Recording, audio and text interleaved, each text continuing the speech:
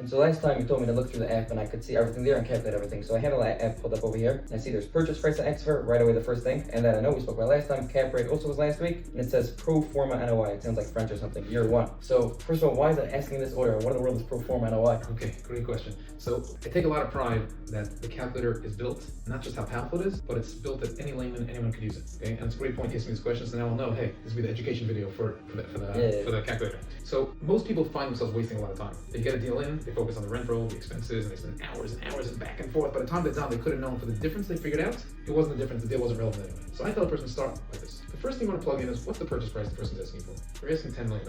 Okay. Number two, right under it, it says pro forma NOI year one. So pro forma is basically what is like a projection. What do you think is going to happen? Meaning, what is the first year net operating income going to be? NOI is net operating income. So basically, how do you calculate that? It's the income minus the expenses, and then you get the net operating income. So through the app, you can either type in that number, or you could actually expand. And when you expand it, you could actually type in the income, the expenses, and it'll calculate for you what the NOI is. But here's an important thing. When you get a rent roll from somebody, and the expenses, What's a rent roll? Okay, in that offering memorandum, that OM that you got, right, it showed you the income and the back of the income. The back of the income, it shows you tenant by tenant by tenant and how much they're paying per month, and it totals it into one number for the annual number for the year. When you, whatever the last month's rent was, the going forward next year is that times 12. Meaning, for example, it's a very interesting point. Why do you call it the first year pro forma?